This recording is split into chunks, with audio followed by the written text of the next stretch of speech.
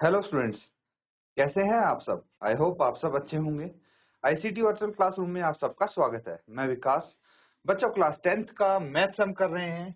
तो बच्चों, 2023 का जो आपका पेपर आया था उसको हम यहाँ पे सॉल्व करने की कोशिश कर रहे हैं।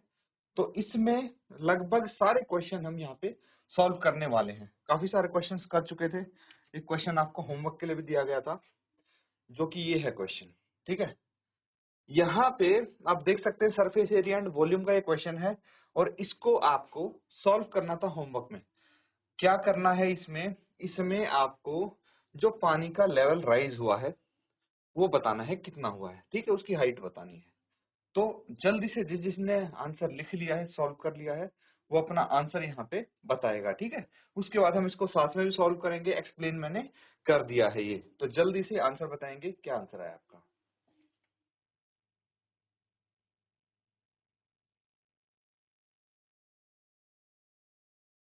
तो ठीक है बच्चों, इसको अब साथ में सॉल्व करते हैं। ध्यान से समझेंगे सब बच्चे। देखिए, सबसे पहले जो गिवन है वो लिख लीजिए।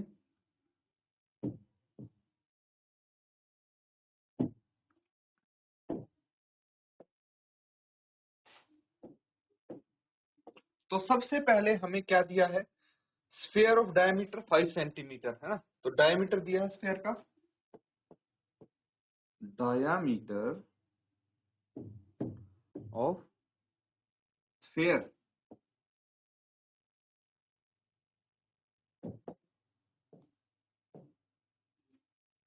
5 सेंटीमीटर। ठीक है, अगर इसका स्फीयर का डायमीटर 5 सेंटीमीटर है तो रेडियस कितना होगा? रेडियस ऑफ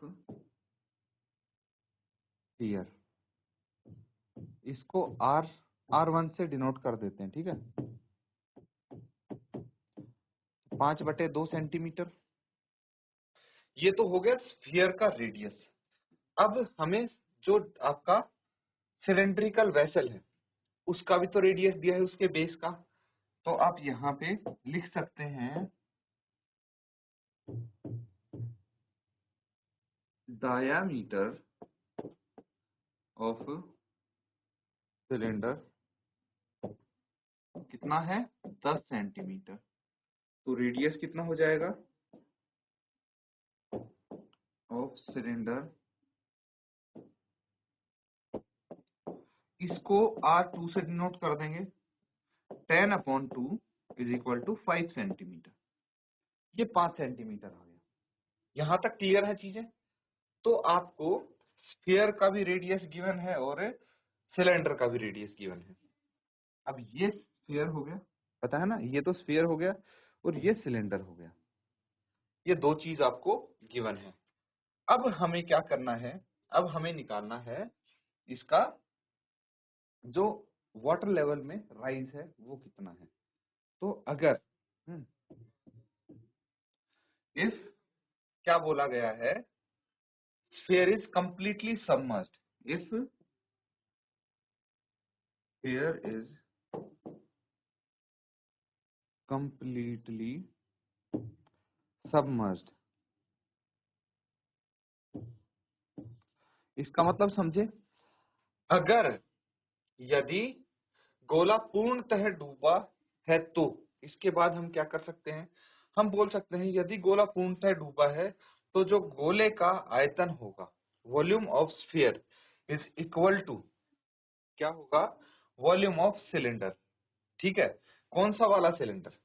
जितना वाटर लेवल राइज हुआ है। ठीक है, ये भी तो एक बेलन के आकार का ही है ना, बर्तन तो वही है। बस हम हाइट सिर्फ उतनी लेंगे जितना वाटर लेवल राइज हुआ है, बाकी रेडियस ऑफ बेस सेम रहेगा जो वेसल का है। हाँ, दो ही चीज यहाँ पे इंपॉर्टेंट है, तो इसको आप नोट डाउन कीजिए, फिर आगे करते हैं।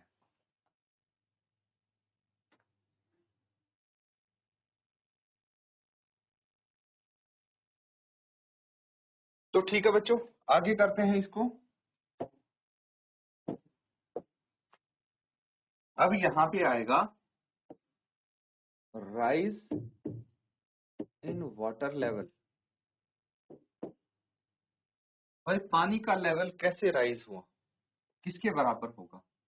ठीक है, पानी का जो वाटर लेवल राइज होगा वो कहाँ से आएगा, ये हम लास्ट में ही लिख देंगे। Volume of sphere is equal to volume of cylinder. ठीक है, कंप्लीट सिलेंडर की वॉल्यूम नहीं है, कौन से वाले की है, वाटर लेवल जहां पे राइज हुआ है बस उतने की है, ये आपको ध्यान रखना है। ठीक है, अब वॉल्यूम ऑफ सिलेंडर क्या होता है, 4/3 पाई आर क्यूब। ठीक है, 4/3 pi R cube equals to volume of cylinder pi R square H, है ना, यही होगा pi R square H. H क्या है ये, एक काम करते हैं कि सबसे पहले यहाँ पे ये भी लिख देते हैं, let H be the water level rise. ठीक है, एच को हम क्या बोल देते हैं, जो पानी का लेवल राइज हुआ है वो है। तो अब यहां से चीजें शॉर्ट हो गई, अब इनकी वैल्यूज आप रखेंगे तो 4/3 जो इसमें पाई है, देखिए ये R1 है, ये R2 है ना। R1 हमने स्फीयर का जो रेडियस था उसको माना था और सिलेंडर का जो रेडियस था उसको R2 माना है। अब 4/3 इंटू R1 कितना है 5/2, 5/2 का क्यूब इज इक्वल टू 5 का स्क्वायर इंटू एच। तो देखिए यहाँ पे सिर्फ एच है जो हमें नहीं पता, बाकी सब पता है। तो 4/3 into 5/2 into 5/2 into 5/2 into 1/5 into 5, ये जो 5 का स्क्वायर है इसको भी मैं दूसरी तरफ लेके आ गया हूँ, इज इक्वल टू एच। तो ये देखिए आपस में कैंसिल आउट हो गए हैं, हो गए कि नहीं हो गए। अब इस 2 से इसको करेंगे कितना आ जाएगा 2। ठीक है, इस 2 से इसको कैंसिल आउट कर देंगे तो एच कितना आ जाएगा बच्चों, 5/6 centimetre.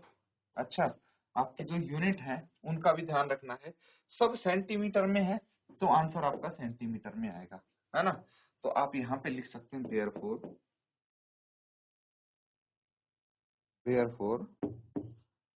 Rise in water level is 5/6 centimetre. ये आपका क्वेश्चन हो गया कंप्लीट, नोट कर लीजिए।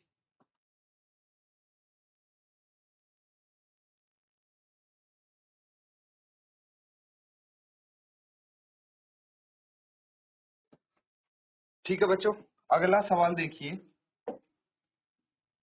नेक्स्ट क्वेश्चन आपके लिए है 22 क्वेश्चन नंबर है। तो बच्चों यहाँ पे क्वेश्चन है, एक नाव 10 घंटे में धारा के प्रतिकूल 30 किलोमीटर तथा धारा के अनुकूल 44 किलोमीटर जाती है, 13 घंटे में वह 40 किलोमीटर धारा के प्रतिकूल एवं 55 किलोमीटर धारा के अनुकूल जाती है। धारा की चाल तथा नाव की स्थिर पानी में चाल ज्ञात कीजिए। ये क्वेश्चन है, समझ तो गए होंगे आप कौन से चैप्टर से है। ठीक है, pair of linear equation in two variable. अब देखिए, इसका आपको एक इंटरनल चॉइस भी दी गई है। ठीक है, अगर किसी को ये बोर्ड वाले क्वेश्चन नहीं अच्छे लगते, ठीक है, थोड़ा लेंथी भी हो जाते हैं, तो ये वाला इसकी चॉइस में है, इंटरनल चॉइस में है। ये क्या है, a fraction becomes 9/11 if 2 is added to both the numerator and denominator. तो अगर दो हम न्यूमरेटर और डिनोमिनेटर में ऐड करते हैं तो फ्रैक्शन बन जाता है 9/11। ठीक है, if 3 is added to both the numerator and denominator it becomes 5/6। और अगर 3 जोड़ते हैं दोनों न्यूमरेटर और डिनोमिनेटर में तो 5/6 बन जाता है। फाइंड द फ्रैक्शन, फ्रैक्शन आपको ढूंढना है। चलिए पहले हम ये कर लेते हैं, इंटरनल चॉइस जो है दोनों हमें सॉल्व तो करने हैं, लेकिन पहले इसको हम हल कर लेते हैं। तो नोट करेंगे और जल्दी से इसका आप आंसर बताएंगे कि क्या आता है।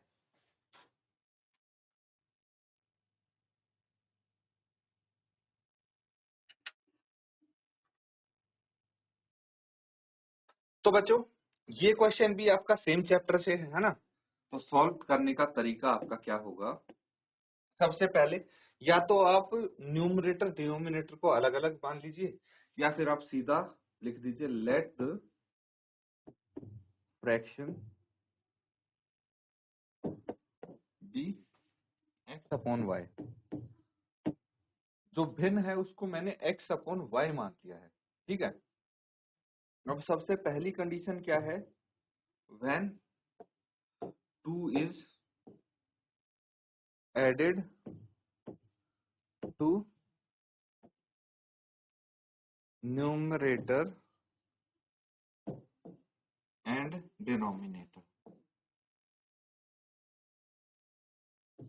अगर न्यूमरेटर और डिनोमिनेटर में हम दो ऐड करते हैं तो क्या हो जाएगा, न्यूमरेटर और डिनोमिनेटर क्या है, एक्स अपॉन वाई, दो दो इनमें ऐड कर दीजिए, तो आपकी फ्रैक्शन जो आपकी भिन्न है वो कितनी बन जाएगी, 9/11, 9/11 ये हो जाएगी। अब इसको क्रॉस मल्टीप्लाई करेंगे हम, क्रॉस मल्टीप्लाई करेंगे तो क्या आएगा, ये आ जाएगा x plus 2, 11 into x plus 2 आ गया, 9 इंटू वाई प्लस 2, ठीक है। अब ब्रैकेट ओपन कीजिए, 11x plus 22 is equal to 9y plus 18। Left hand side लेके आ जाइए सबको, क्या आ जाएगा, 11x minus 9y plus 22 minus 18 equal to 0। ये आ गया 11x minus 9y plus 4 equal to 0। इसको हम इक्वेशन 1 नाम दे देंगे, ठीक है। नोट डाउन कीजिए फिर आगे करते हैं।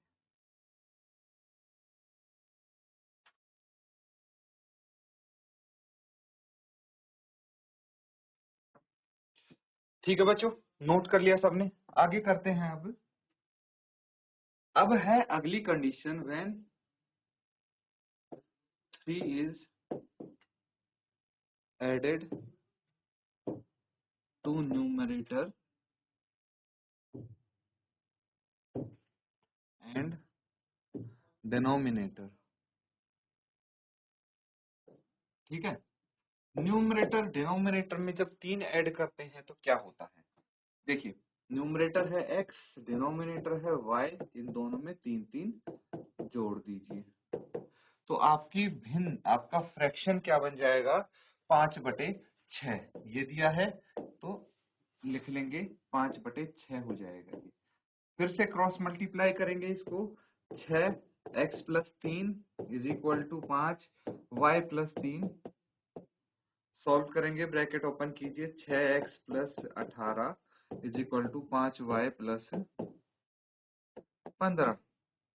लेफ्ट साइड लेके आइए, 6x minus 5y plus 18 minus 15 equal to 0। क्या आ गया ये, 6x minus 5y plus 3 equal to 0। ये हो गई आपकी इक्वेशन नंबर 2। अब कोई भी मेथड आप यूज कीजिए, है ना। यहाँ पे एक काम करते हैं, हम सब्स्टिट्यूशन मेथड यूज कर लेते हैं, है ना, by substitution method. Substitution method क्या होगा बच्चों, सब्स्टिट्यूशन मेथड ये होगा कि हम जो कोई भी एक इक्वेशन ले लीजिए, या तो ये ले लीजिए फर्स्ट या सेकंड इक्वेशन, कोई भी इक्वेशन लेंगे, जैसे मैंने ये ले ली 6x minus 5y plus 3 equal to 0 है, तो 6x कितना हो जाएगा, 5y माइनस 3, x कितना हो जाएगा, 5y माइनस 3/6, ये आ जाएगा। x की वैल्यू हमने निकाल दी। अब x की वैल्यू जो निकाली है वो इक्वेशन 1 में पुट कीजिए, put the value of x in equation 1, ठीक है। इक्वेशन 1 में x की वैल्यू पुट कीजिए, आपको y की वैल्यू प्राप्त हो जाएगी। नोट कीजिए फिर आगे करते हैं।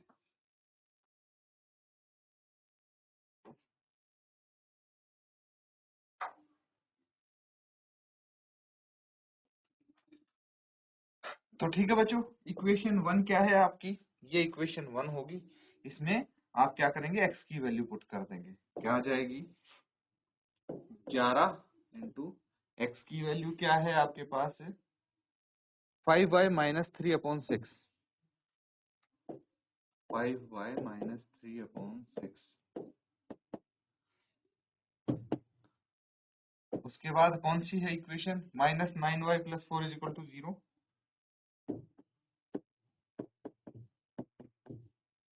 y की वैल्यू यहां से हम निकालेंगे, कितना आ जाएगा, ब्रैकेट के अंदर 11 को लेके जाइए आप पहले तो, 55 माइनस 33 है ना, 55y होगा ये,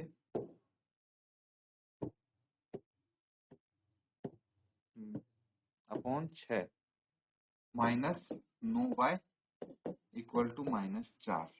ठीक है, एक काम करेंगे, 6 भी यहाँ पे एलसीएम ले लेंगे हम, कितना आ जाएगा, 55y minus 33 minus 54y is equal to minus 24। ठीक है, समझ में आ रहा ना कैसे किया, हमने पूरे का एलसीएम ले लिया 6। अब क्या करना है, 55y माइनस 54y कितना आ गया, देखिए 6 तो यहाँ से हट जाएगा, ये y बच गया इज इक्वल टू माइनस 24 और प्लस 33, कितना आ जाएगा,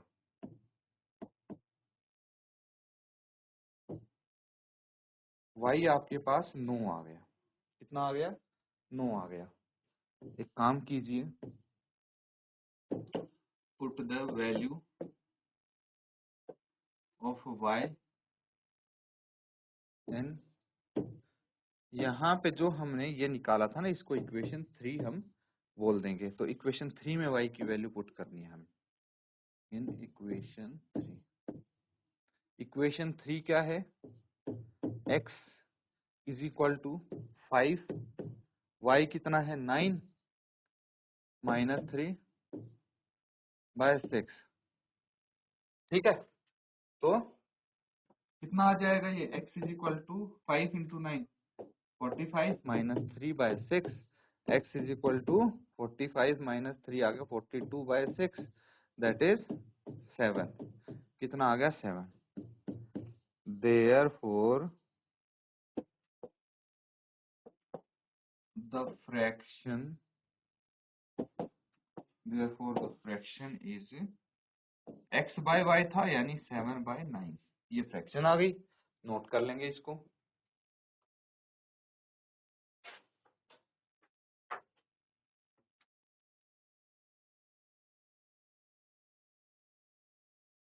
तो बच्चों, आज जो हमने क्वेश्चंस किए हैं उनको आप रिवाइज जरूर करें, और इसी तरह अपने जो सैंपल पेपर्स हैं या फिर प्रीवियस ईयर्स पेपर हैं उनको रिवाइज करते रहें।